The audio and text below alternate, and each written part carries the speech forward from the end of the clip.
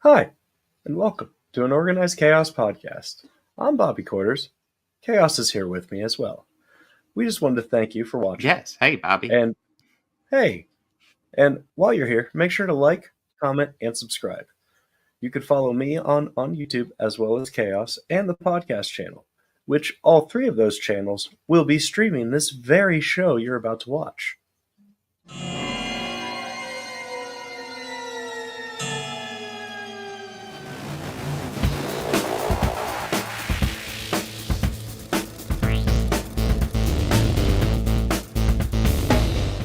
All these counselors start dropping dead, left and right. Heinous killings. Turns out, that kid who drowned the year before, his mother came back to that camp and exacted revenge.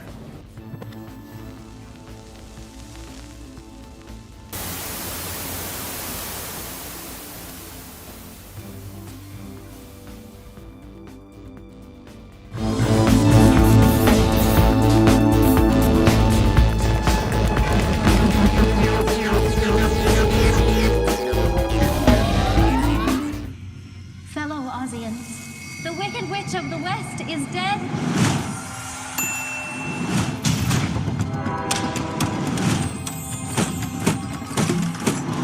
Don't let her get away! Let me tell you the whole story. Our paths did cross.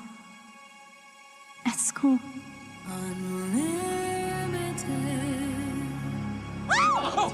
You're green. I am. Together we're unlimited. She had her secrets. Absolutely remarkable. And who might you be? If you please, I am Dorothy.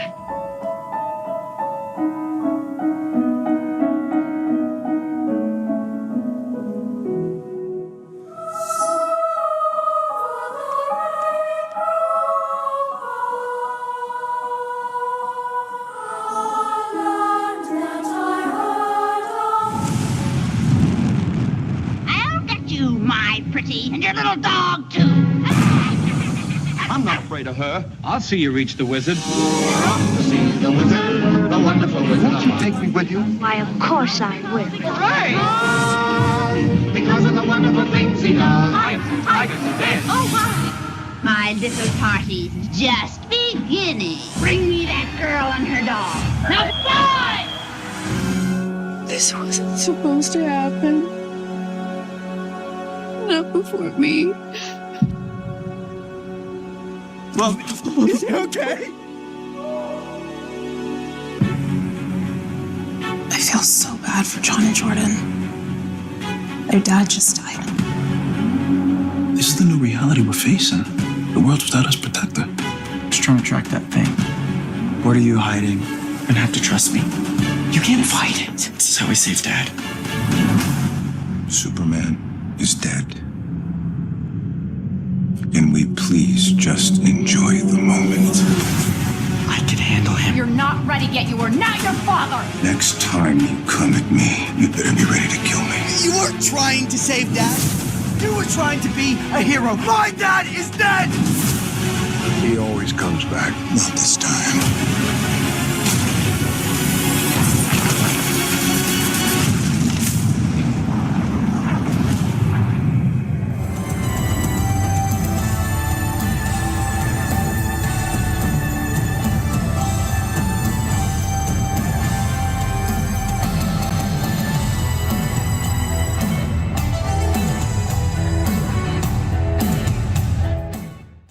I can't do it.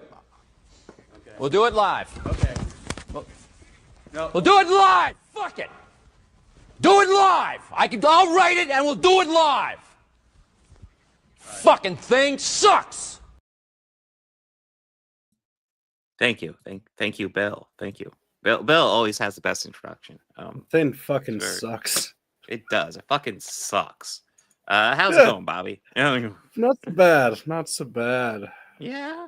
I mean, I will say, I think overall we had a pretty good week this week. Although you had car issues, so yeah, that wasn't as great, but It's all good now, and it turned out to be way less expensive than what I was hoping. So, like, yay! Well, that yeah, that is very good news to hear. under 1,000. Oh my God, yes. That is good news. Yeah. But in case anybody's wondering, you are just going to be getting my review of Wicked because I did see Wicked last night. But yeah, we'll be discussing Wicked. We'll be discussing Wizard of Oz, and we'll be discussing Yeah, he'll be the first spoiling 5 Wicked for episodes of me. Superman and Lois. Yeah, he'll be spoiling the Wicked for me. Well, here's actually the thing. So Wicked, this actually did what Dune did. If you remember what Dune did, where you walk in to watch Dune, and all of a sudden in the movie, like at the title, it says Doom Part 1, and that's kind of just the reveal of, oh yeah, there's going to be a sequel. Yeah, this does the same thing. This is Wicked Part 1. Oh, that's and it never, cheap. That's kind of cheap. It is kind of. It is. It is. Cheap. But yes, while I do agree it's cheap, I'll go ahead and say I thought this was really fucking good. I really enjoyed this quite a bit. Essentially this is a story I've always kind of been interested in since my ex-wife introduced me to it like forever ago, but yeah. Okay. But yeah, essentially she was getting the Wicked book. I was like, what's that? And I was like, she was like, oh, well, this is supposed to be the backstory to the Wicked Witch of the West. And I was like, oh, that sounds kind of interesting. Then I never researched it further. But yeah, I always was kind of interested in this story. So this is like my first time actually watching it in any form or reading, any time taking in media from this. And to my understanding, the play is loosely based on the book, and this is obviously more inspired from the play because of the musical elements. But yeah, like I said, I for the most part thoroughly enjoyed this. If I were to levy a criticism at this, I would say I think it's a bit overlong. At being Wicked Part 1, it is still like 2.5 hours, and it does drag a little in the middle. That is also, I will also say that is also kind of a musical thing as well. Musicals usually run long because you get these sometimes scenes are explained through musical numbers where traditionally it would just be a couple lines of dialogue. But yeah, overall, I found myself thoroughly enjoying this. It's largely, this being Part 1, it's about the friendship between Elphaba, I think that's her name, Elphaba, yeah, and Galinda, Ariana Grande. And Ariana Grande is, I've seen Cynthia Erivo before, and I think she's a pretty solid actress. Ariana Grande, I haven't been as thrilled with her acting, but I think she did work well as Galinda here. Just the bubbly queen that we see in Wizard of Oz. I think she works well in that role. Jeff Goldblum doesn't have that big of a role in this. And while he does Jeff Goldblum it up a bit, because it's Jeff Goldblum, and you gotta see that. Yeah. Say it ain't so. But he also delivers a performance. So it's kind of a mix between that. So he kind of reminds you he's still an actor as well. Because spoiler alert, the wizard's a con man. But yeah, he's seen as this great and powerful leader. You mean that no good man from Omaha is a con man? No way. No. I know, it's shocking. So if he shocking. even is from Omaha. Yes. But yeah, the whole story, Elphaba is excited, and the story wraps up with her being really excited to meet the wizard. And, at first they're all like, wow, you're really powerful. Look at all you can do. And Elphaba slowly starts realizing, hey, you have no magical ability, do you? Because, Elphaba has actually a lot of magical ability, which is why the school caught notice of her. And Galinda has decent magical ability, but nothing like insane. But yeah, quickly she recognizes, hey, you can't really do shit. Like, this is all like show and shit, isn't it? And another thing I want to praise is, obviously they did like the wizard's face thing, except this time we see like a robotic face for the wizard. It's like all menacing and scary. and it looks fucking cool. They did a really good Okay. job with that. Okay. Overall, the visuals here are actually pretty solid. And yeah, and I was just kind of surprised how much I got involved in the story. I got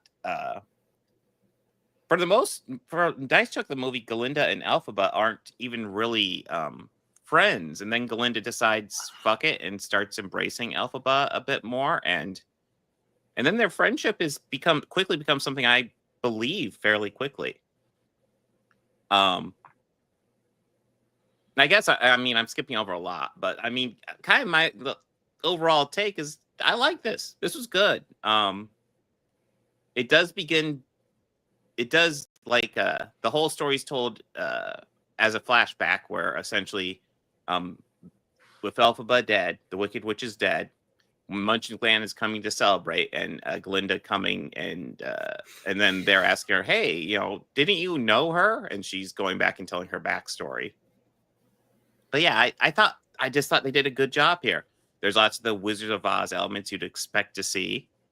It's good. Yeah, and of course the Chuds are having fun with it because the movie is massive financially successful and they already railed against it, and now they have to be like, oh well, I'm shocked that it's good. It's like, yeah, you guys are so full of it. But yeah, musical theater this. will always have its fan base, especially when it comes to the big screen. Yes, and yes. There's a reason why those shows are so successful and they become the hits that they are, because they sell houses bigger than most movie plexes. Mm-hmm. So yeah, it doesn't take, it's not rocket surgery. Well, I mean, this being a success, yeah, it's one of those things where it's like, well, actually, I guess that makes sense because there is a Wicked fan base. There are people who like the musical story that they are adapting specifically. So there's a pre-built audience for this. So, as long as they do a decent job, and I think they did a better than decent job. Well, I think that most of the time, whenever like show up. a musical is adapted to the big screen, I think it rarely underperforms. Mm-hmm. And I think the only examples are probably are Phantom and Les Miserables. Or Cats. Oh God, Cats looked awful. Cats. Well, I was also gonna say I've never seen the stage show, but I made it about 15 minutes. Oh, dude, I never even attempted that movie. 15 minutes, and I was like, no, I can't. I can't. That looked like pure nightmare fuel. Oh my God! I was like, what the fuck are they doing? It was just it reminded me of that show that was on Adult Swim way back in the day. That one that was all done with like early computer graphics, like 3D graphing. It had this guy with like a beak, a snake for a hand. Yeah, Xavier Angel. Ooh, I'll find a link. Yeah, but no, this sounds interesting. It really does. No, I like it. And since there's part 2, one big perk about there being part 2 is I realized, there's part 2. I guess we can talk about Return to Oz with that one because I haven't seen Return to Oz in a while. That one's insane. I haven't seen that since I was a kid. Yeah, I think that'd be fun to unbury whenever they do a sequel to this. Oh my God. But yeah, I kind of walked in not 100% sure what I expected and came out happy. Just as it sat with me throughout the day, I was like, yeah, that was good. That was solid.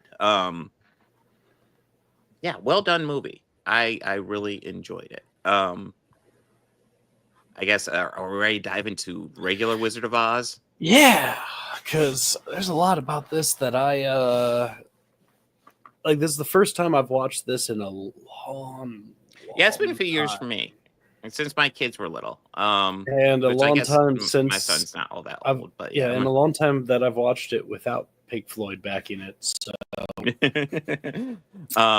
So I did think it was funny. So I watched this in the theater. Then I got home and literally just plugged this one in, and it was kind of funny because this is like I mean, it like Wicked Part 2 feels like it's set up to be the Wizard of Oz story. Which is we'll see how they handle it because some of the characters are different. But I did think it was interesting just walking and watch The Wizard of Oz, be like, oh, so I just watched a prequel to Dorothy's fever dream. Let's be real. Concussion. True. Concussion. That girl was concussed. Yes. So Dorothy got injured and she saw all the people from the farm in this wonderful land of Oz, and she traveled to see the wizard. It's like, okay. Not to mention that traveling Cool. salesman that she saw, as well as that bitch neighbor. Yeah.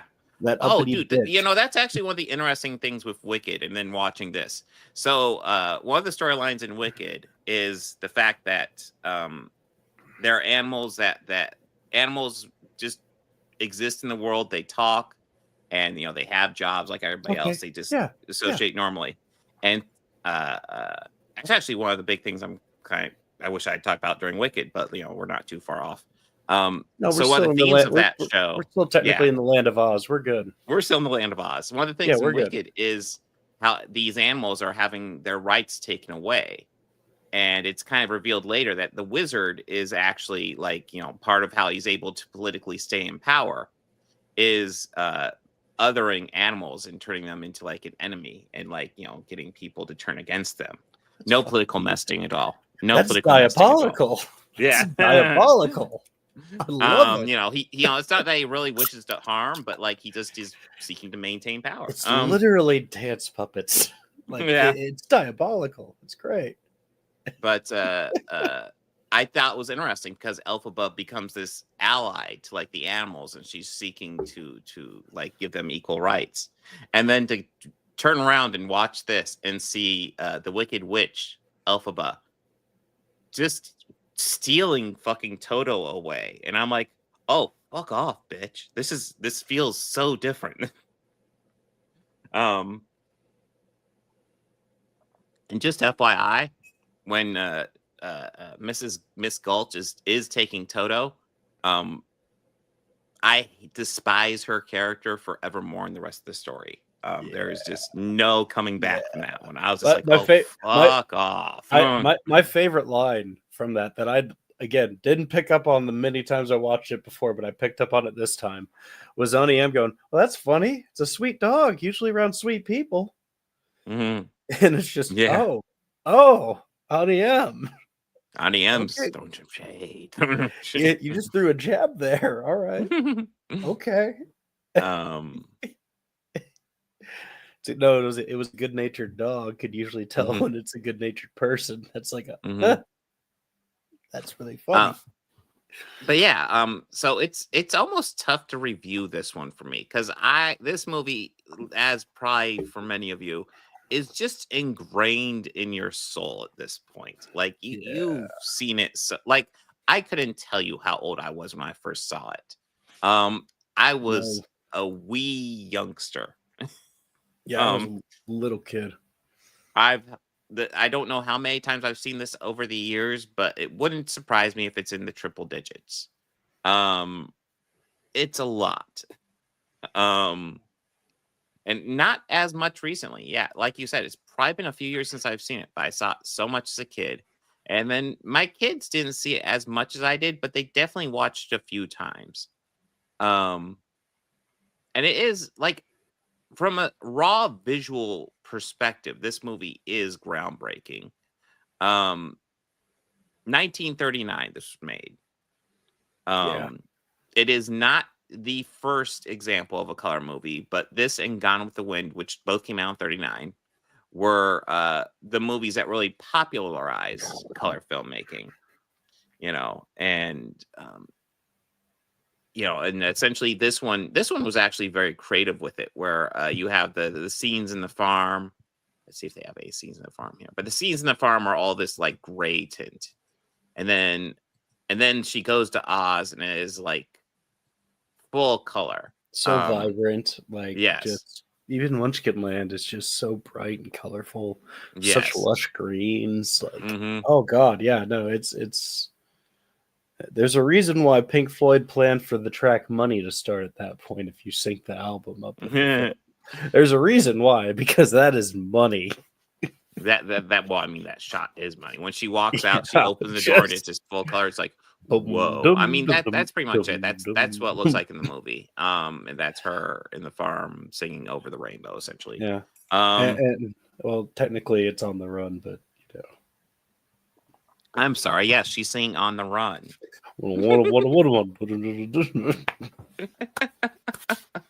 Of course. Yeah, we're talking about Dark Side of Floyd, right? Yeah. We're not going to talk about the last Dark Side of Oz. What was it called? Yeah. I think it's Dark Side of Oz. Yeah. Okay. Yeah.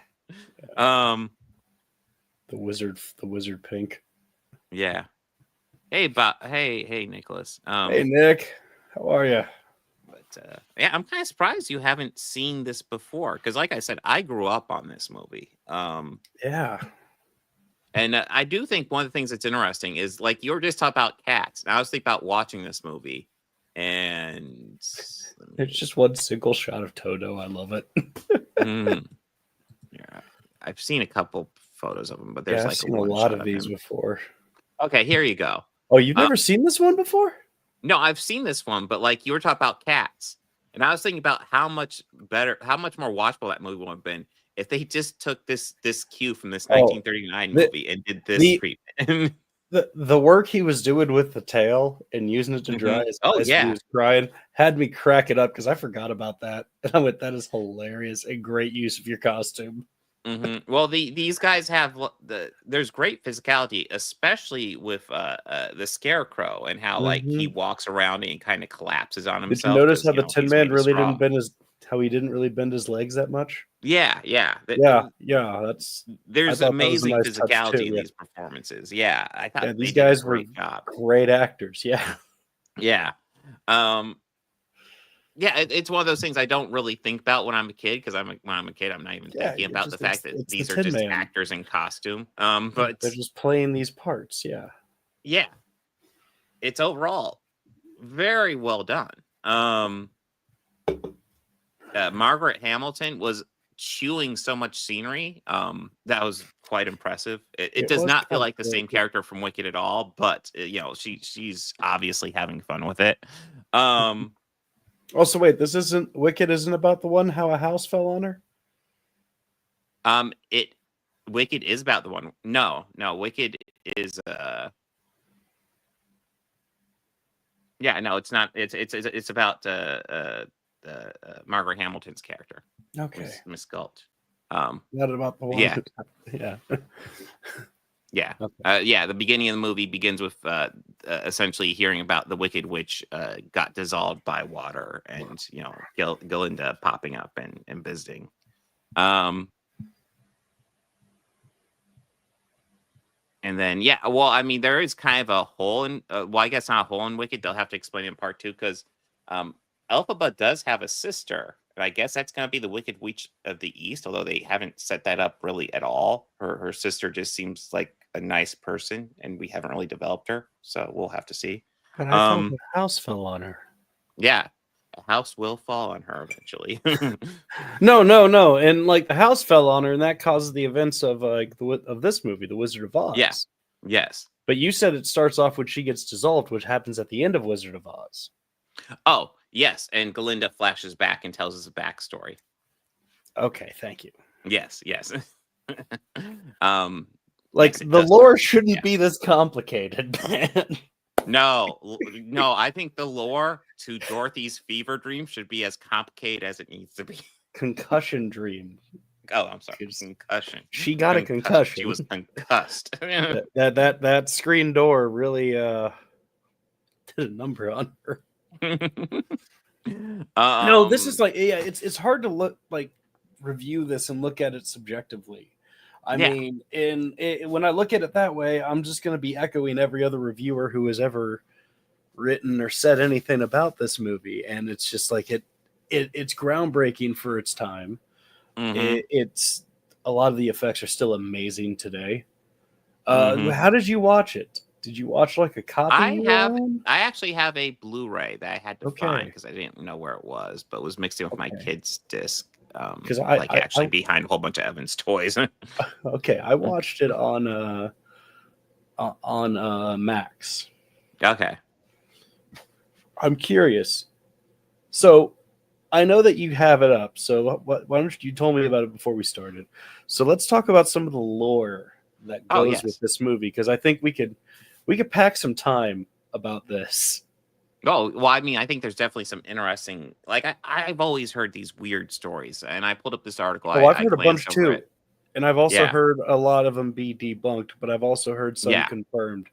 Mm-hmm. So, Well, here's one. Here's actually a story I was less familiar with. The first one, the snow was made from asbestos, which is like you didn't know that? I didn't know that one. You didn't know that? No, Dude. and I was just like, Dude, "Fuck." like when I say it was the Wild West in filmmaking back in the day, this is the Oh, shit yeah. that I'm talking about. Like, I mean- yeah, fuck it. Let's just asbestos, whatever that means. It looks like snow on film. Let's just throw it at these actors. Well, I mean, I always get reminded of the joke. I want to say it's a Mel Brooks joke for sure. I want to say it's from Blazing Saddles, where they say he killed more people than Cecil B. DeMille. Now, in case you're not wondering, Cecil B. DeMille is an old-time filmmaker who kind of had a history of people dying on his set. Yes.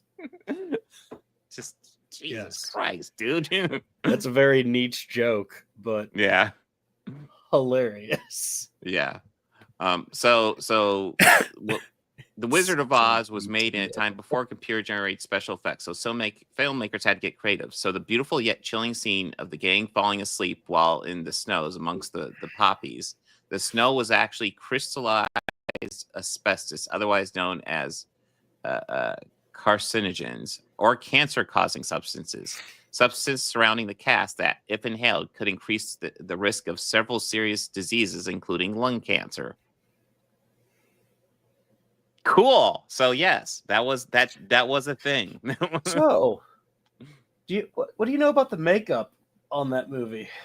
Oh, no, the makeup is probably why the most famous thing is. I think we'll get down to Really? Because I thought the Munchkin parties would have been the most famous thing. Well, the Munchkin parties, I've not heard.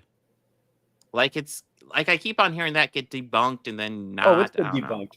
It's been debunked. Yeah. Yes. Yeah. Now, one thing that hasn't been debunked is the cocktail that they had Dorothy on. Dorothy.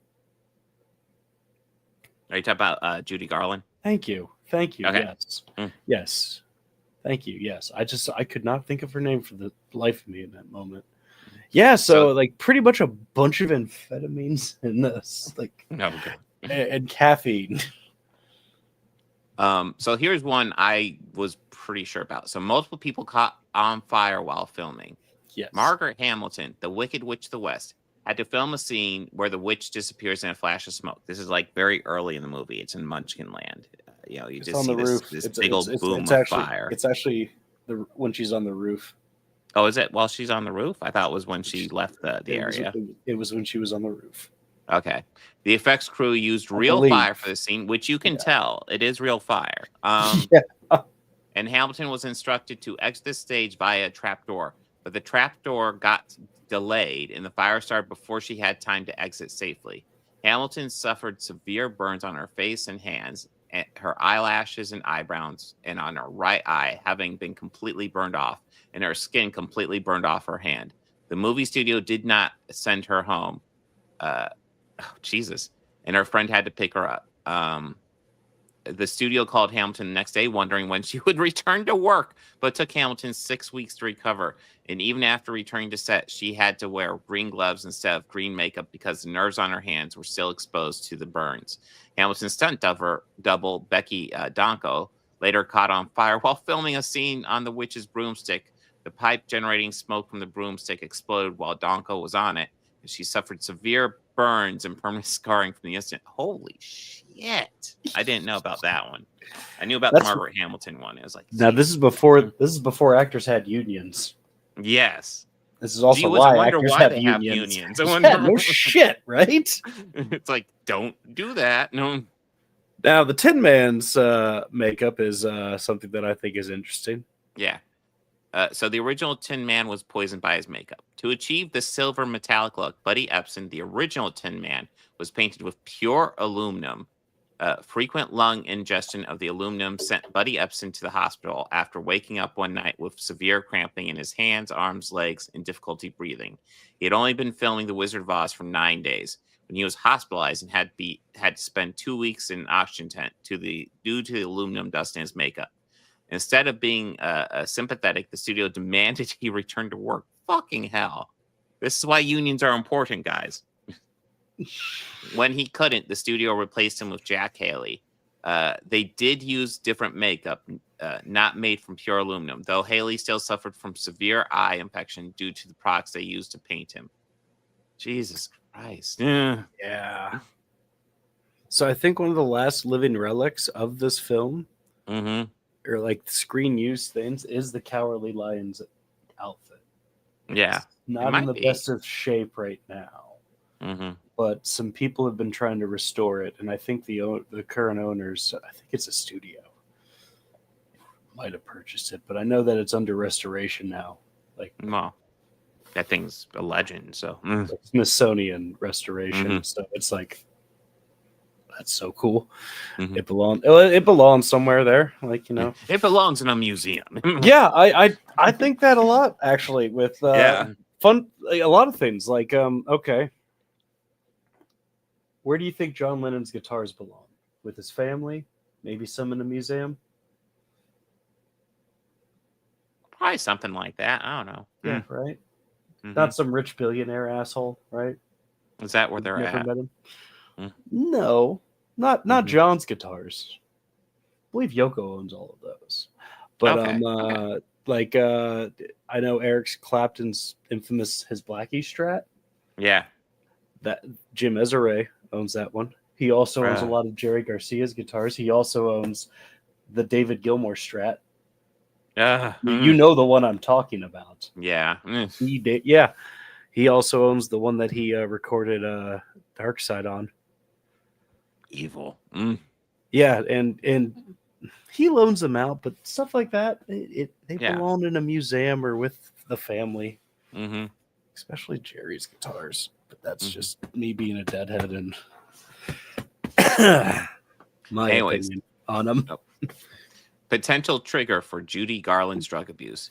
The executives behind the film kept Judy Garland, then only 16 years old at the time, on a strict diet and forced her to take pep pills to control her appetite.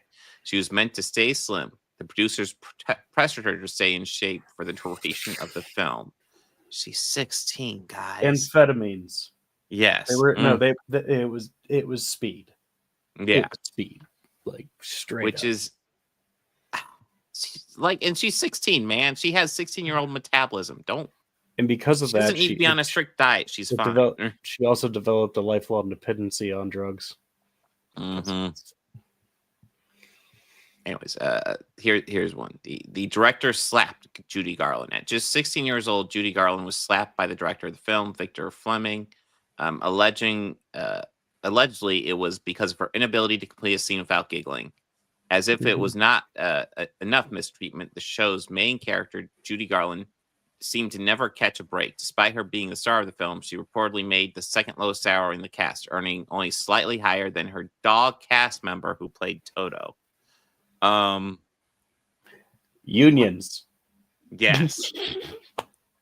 I mean, I will say it is noteworthy that L. Frank Baum was obviously a huge fan of the band to name the dog character after them, because, you know, obviously he probably listens to 4 a lot, you know. You know why? Right? I can tell you why. Why? What? It's because he misses the rains. True. Yes. But yeah, there's some factoids on Wizard of Oz. I mean, if you're looking for where or not I recommend watching this, of course watch this. And we didn't even talk about the famous myth. Oh, what's the famous one? The hanging munchkin? You've never heard this one? Well, that one's been completely debunked, though, hasn't it? It completely has been, yeah. So what happened in no. your scene? What did you see? The giant peacock, like, thrilling its... Oh, I didn't really watch for it this time around. I remember watching it before, and yeah, it just looks like there's an animal back there to me. Yeah. But I don't always remember the animal being back there. But yeah, there's the idea that a Munchkin hung themselves, and it's like, okay, that's possible, but like they're not gonna do it on a closed set. That just seems insane. I know it's kind of the Wild West of filmmaking, but no. No.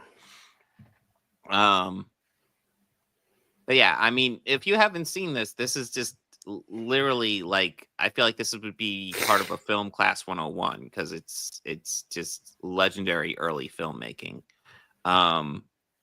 Despite the shitty treatment on set, the actors give a fantastic performance. It's a good movie. Yes, and it I feel it partially inspired the need for unions in acting, but you know that's a second story. But That's neither here nor there. yeah, it's classic. Check it out. If you're one of the 5 people who's never seen the original Wizard of Oz, check it out. You know, I know there's people who miss those classics. I mean, I've always admitted I've still never seen Gone with the Wind. That's one of those classics I've just never sat down and watched it. I've never fully watched Casablanca. Oh, that's a good one. Maybe we'll add it to the show sometime. I really like Casablanca. I'm okay with that. I mean, I thoroughly enjoy that one. Humphrey Bogart carries that movie on his back, but it's great. You're not, yeah. You need to watch it all so you get all the samples from yet another movie by Pink Floyd is referencing. Yeah, I've seen clips and stuff. Like but I've never seen the full movie. I've seen like parts of the movie. But yeah, is there anything you want to add, or do you want to dive into Superman and Lois? Let's talk about some Superman and Lois. Okay, so this first half of season 4, which I know last week we said we'd be covering Cobra Holy Kai, shit, they fucking did it. But then I looked it up and I was like, holy shit, they actually did a double episode premiere of Superman and Lois, so it's a week ahead than I thought. So I was like, okay, actually let's rewind this bit and do the first half of season 4 Superman and Lois. And you're right, Bobby. They did it. They did it. Yeah. And a couple surface things to get over before we get into the story, because there is definitely story stuff to get into. I remember reading the story on production of this season, and it was rough. And the most noteworthy thing was the fact they had severe budget cuts. And the way they dealt with the budget cuts were pretty much cutting down on their regulars, which you can tell. So far, in the first half of the season, everybody who was a regulars had at least an episode, but there's a lot less characters in this season. In fact, the only characters who have been in all 5 episodes, I want to say, are Superman, Lois, obviously. Superman just barely, by the way, and we'll get into that when we get into the story. But he is in all the episodes barely. And then you got Lois, Jordan, John, and Lex Luthor. And then everybody else who you normally see in this series gets 1 or 2 episodes if they're lucky. Or so 10 minutes an episode. Yeah. Like I completely forgot about the ex-husband marrying the head of the paper. Yeah, who was apparently a lot younger than him, even though she looks the same age. So okay. Yeah. Like is she supposed to look a lot younger? I'm really confused. She looks about the same age, guys. They look like, she's maybe like a year or 2 younger. Yeah. But they're making a big deal of it. It's like, okay. But getting into this actual story, god damn, this is a lot darker than the other seasons. I guess we can go ahead and get into raw story. Did you want to go into it, Bobby? What, the first episode? Well, we can get into the first episode for sure, because that's the or just what the raw story of it. Well, yeah, Life Without Superman. You know? They get into those the first few. Obviously, since it's like the CW, they kind of got really heavy with the. They laid it on thick with the emotional stuff. Yeah. Oh yeah. with Lois, and a lot of it was just them trying to, as a family, coping with it, Mm-hmm. and slowly, yeah. Well, I mean, the first episode, like the season 3 ends with Superman and Doomsday, and this Doomsday is pretty different than any Doomsday we've seen before. This is a Doomsday that is like a mutated version of Bizarro Superman. Yeah, and that will play in later in this season. The fact that that is what Doomsday is, and they're fighting, and then the first episode this season is a lot of the family stuff, and a lot of Superman just fighting Doomsday. Yeah. We cut back and forth between those. Like the time that he drives him through like a whole meteor. Yeah, Doomsday drives Superman slamming into the moon and shit. It's like, holy shit. Yeah, he made a crater on the moon. Yeah. It's like, Jesus Christ, this is a brutal battle. But as you could expect, because it is Doomsday, if you know anything about your history, Superman dies. As soon as I saw like the creation, I was like, oh shit. And here's what I'll say. Unlike other people who have dealt with Superman, this one actually spent a few years getting us to know Superman so that this would actually have a fucking impact. Mm-hmm. Isn't that a wild idea? Yeah. That's a pretty good concept. Yeah, like I wasn't sure about the guy who was playing him, and then first time I saw him in the suit, I was like, okay. Mm-hmm. And the more it's gone on, I think he's a great Clark Kent, and he's a great Superman. Like, yeah, I think for me, where he really stands out is kind of as Clark Kent, because as much as I love Christopher Reeve's performance, I felt his Clark Kent was a little over the top, because it's like he's playing at cartoons too much. You can be a bit awkward, but without being ridiculous. Ridiculous. It's like, come on. And I think Tyler Hoechlin, how you pronounce his name?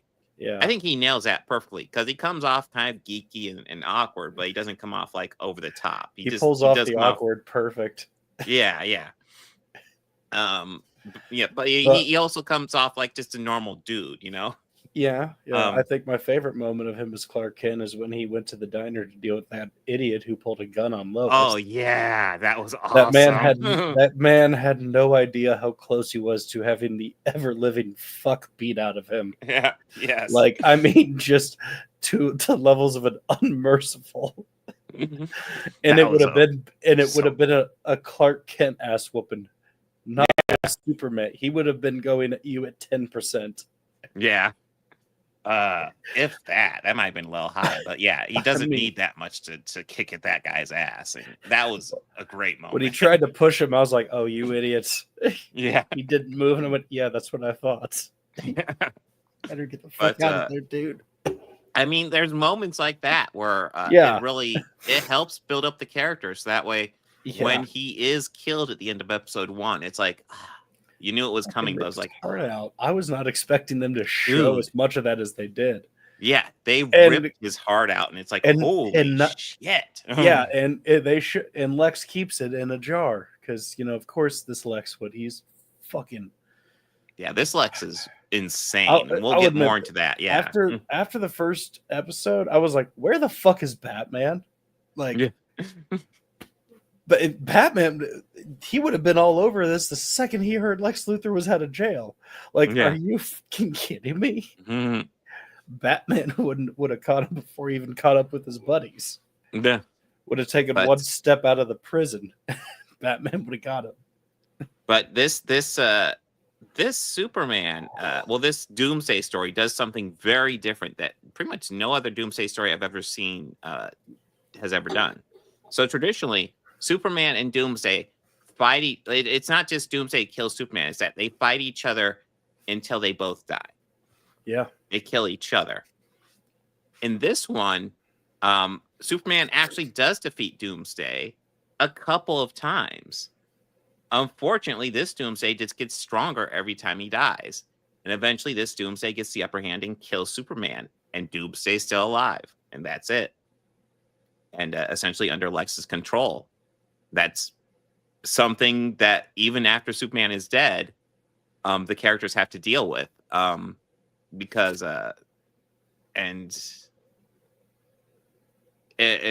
well, I guess getting into episode 2, after he dies, like Jordan tries to take on more of the superhero aspects, and having less fucking experience, he's not great with it. Yeah. He's a Well, fucking this idiot. isn't even the dumbest stuff he does, though, in my opinion. But he obviously is doing lots of missteps. Yeah, this is where he started to really piss me off. Yeah, because there's that scene where he's trying to intimidate Luthor and pretty much failing. And it's like, Jordan, bluff. You bluff him. Like, you know, when he's talking tough to you, you bluff him. Like, you know, Yeah, you pretend like you're playing him, even if you're not, because it's Lex Luthor. Of course, you're not playing him. But like, don't obviously show that he has you don't let him- surprised ever. Don't show Luthor your hand. Yeah, Because then ever. he'll play you. He'll play Yes. you. He'll know it, and he'll play you like a fiddle every time. Yes, And that's exactly what he did. Mm-hmm. And you know, and even with that storyline, with Luthor essentially playing him like a fiddle, I was kind of okay with Jordan, because it's like, okay, he's trying to do the right thing, he's just fucking it up. And it's like, okay, it's a little frustrating, but okay, he's got to learn. But then John gets powers very suddenly, and I kind of thought that was interesting. So, in case you guys are wondering, episode 3 is a fucking roller coaster. Yeah. We were talking holy back and smokes. forth. Yeah. Yeah, we were chatting back and forth while I was watching episode 3. Like, dude, what the fuck? Yeah, that episode's insane. So it opens with John having a little tantrum and fucking up his hands quite a bit. And then it's like his powers just, to heal his hands, his powers just kick on, and he gets everything all at once. Whereas Jordan's been developing his powers over the past few seasons, steps at a time. John just gets them all at once. And even to the point in the series that we're at, which is only halfway, Jordan's still a lot better with his powers than John. John is figuring out stuff quickly, but like, you know, Jordan's already kind of figured out how to do certain things. Yeah. What certain things mean, how to control them. But that's also part of why Jordan's really kind of pissing me off this season. So like, okay, you fucked up with Luthor. But the second John gets powers, and this bit kind of frustrated me, because Sam was like, oh, good, John has powers. He'll be the real hero we need. You know, Jordan's not really built for this. John was the one built for this. And I was like, Sam, don't be a dick. Don't be a fucking dick. Come on. Yeah. But of course, Jordan, I feel like Jordan's like really trying to prove him right throughout the season too, which is kind of frustrating as well. Yeah, episode 3 opens with John getting powers. Luthor essentially making a move against the DOD, shooting Sam pretty roughly. And then Sam, one of the things that Sam, in case you're wondering, Sam Lane is Lois's father, who's a general. And he's always been kind of a semi-antagonistic, good guy throughout the series. But essentially, he wanted the serum that was used to resurrect Bizarro Superman that Bruno Mannheim made. And when he first asked for it, I'm like, Sam, I really don't think that's a good idea. You don't want to use that on Superman unless you want a repeat of what we end up with Bizarro Superman. Yeah, I don't think that. Yeah, I was like, I don't know if that's such a good idea. Like, yeah, I don't know. I get where your heart's at, but like, no. Yeah. But then you find out what his actual plan was, and it was actually like, okay. And I could see it working better if it wasn't what ended up happening. So Sam gets fatally shot by Luthor's henchman, and then he takes the serum. And it's like, okay, sure, Sam. And then Doomsday ends up at the base, and Sam essentially sacrifices himself to get Doomsday to go away, and he dies. It's like, holy shit. And yeah, in case you're wondering, this episode's a fucking roller coaster. It's like, yeah, fucking hell. But then they're able, because he had that injection, they're able to rush him to the Fortress of Solitude and move his heart into Superman's body and bring Superman back.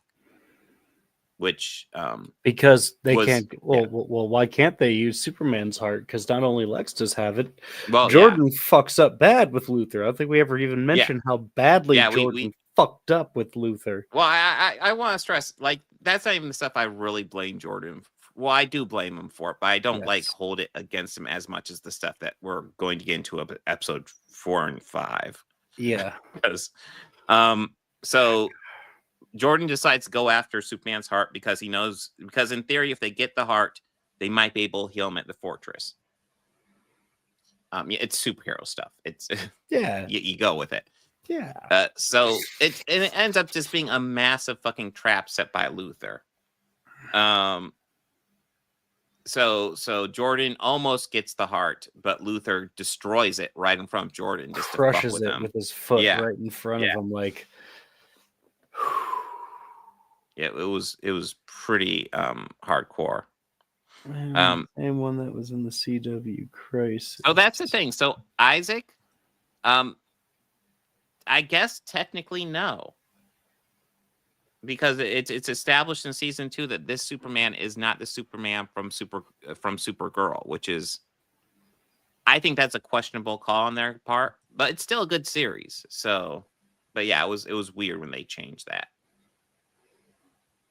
because he kind of was in season 1, but then in season 2 he's not. And the season 1 connections are kind of thin, so it'd be easy enough to ignore them, really. But yeah, I do think that's weird. But anyways, so the heart's destroyed.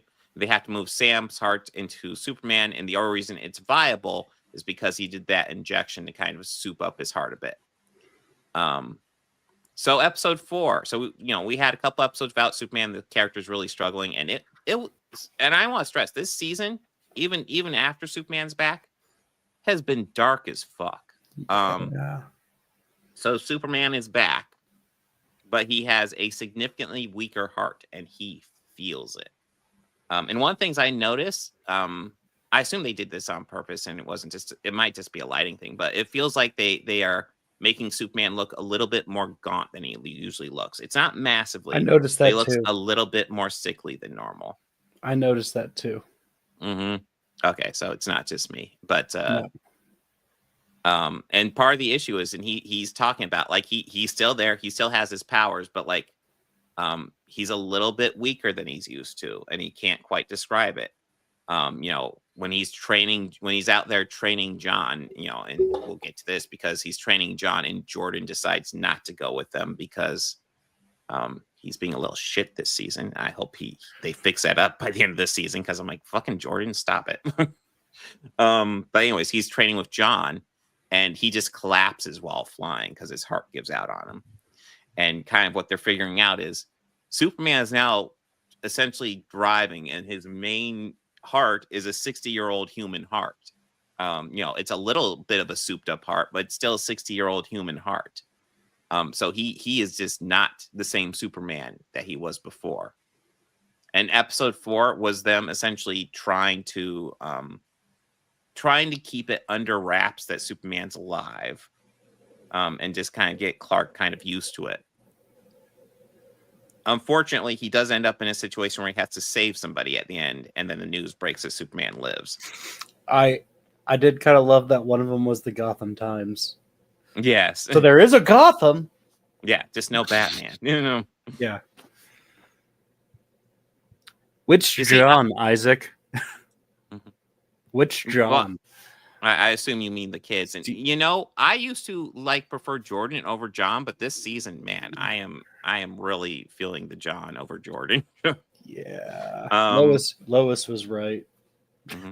Well, I mean, that's actually, that kind of frustrates me too. So like when this is going back to episode 2, because this is a key moment, when Luthor has Jordan kind of held, and then John's sneaking around, but he's not really in any danger.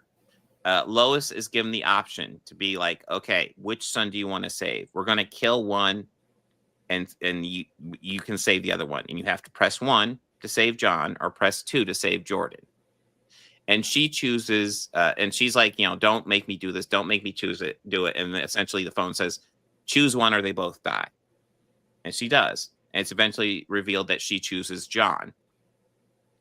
And it's not helped the fact that Jordan and her were having fights beforehand. But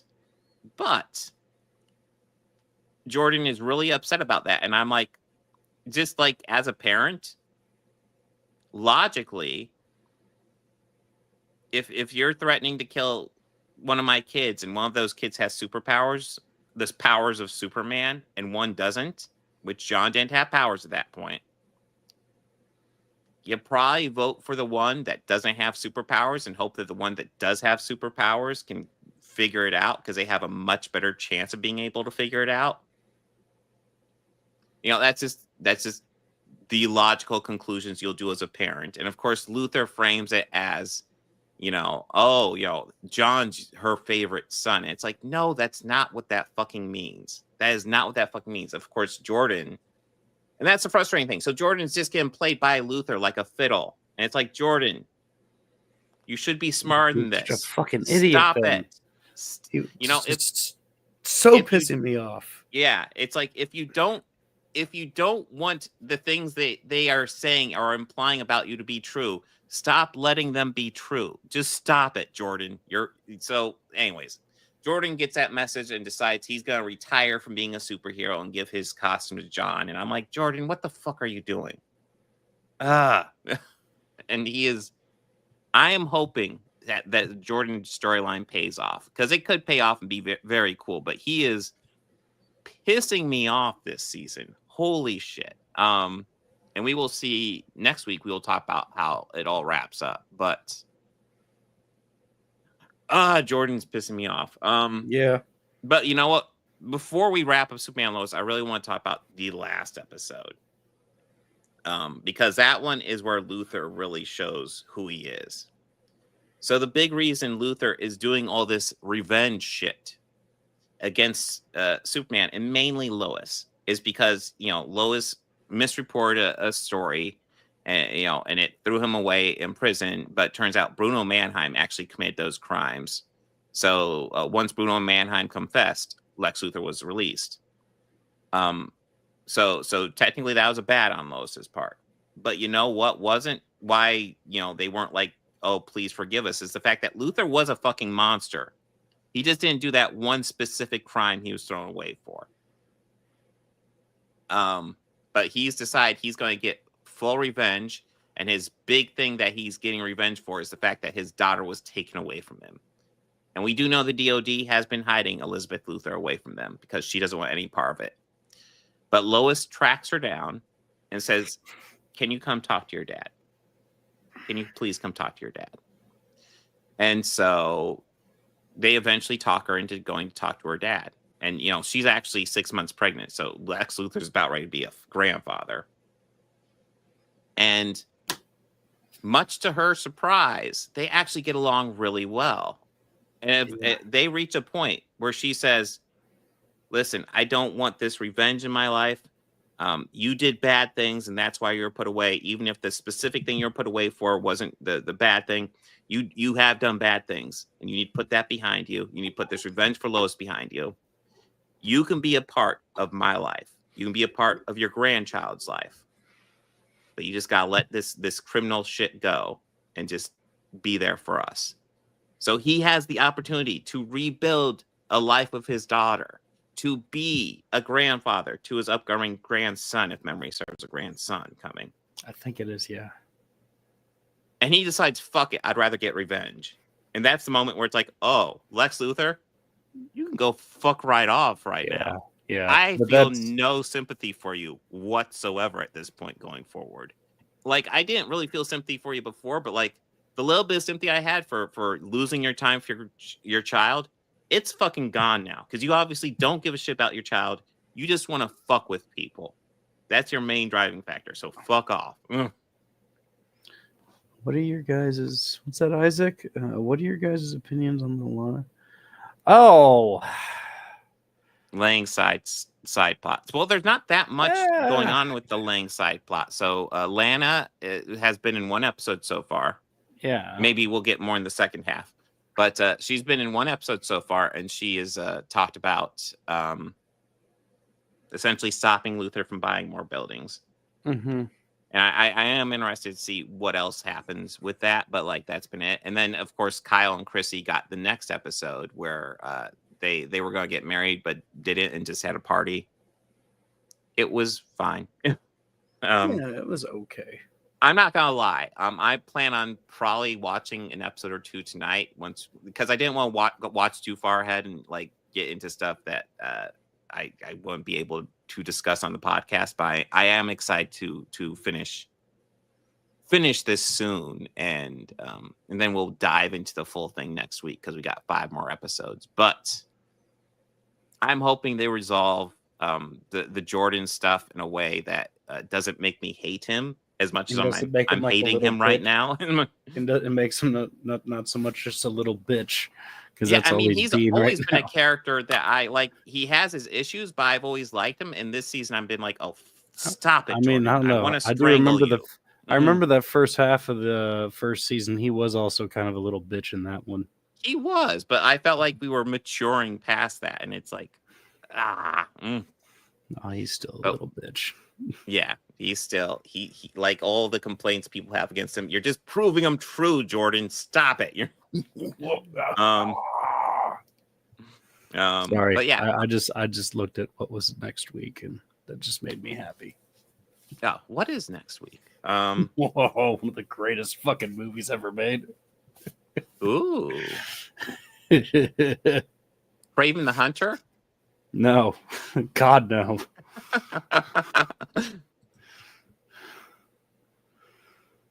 And that's not next week. That's Oh, that's right. You yeah, the Silent Night, Deadly Night.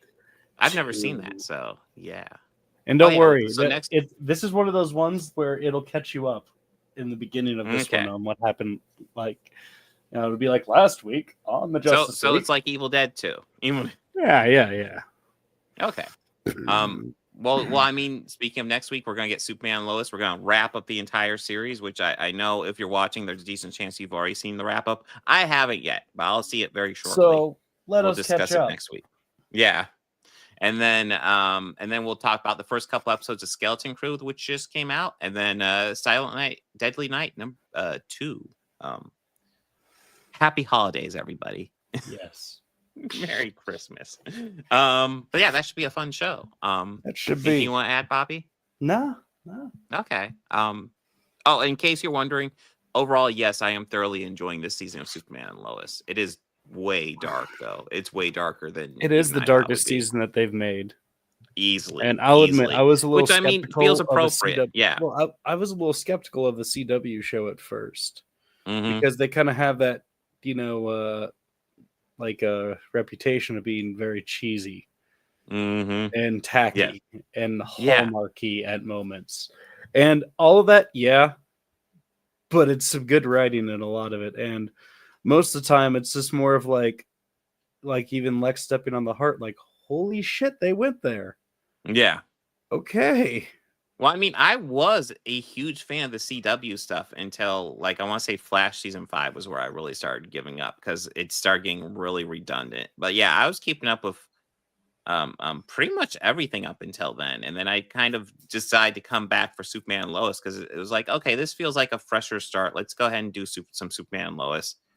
And then it ended up being its own universe. It's like, okay, cool. But yeah, it's kind of weird that all the CW superhero DC stuff will be ending with Superman and Lois, which is wild to think about.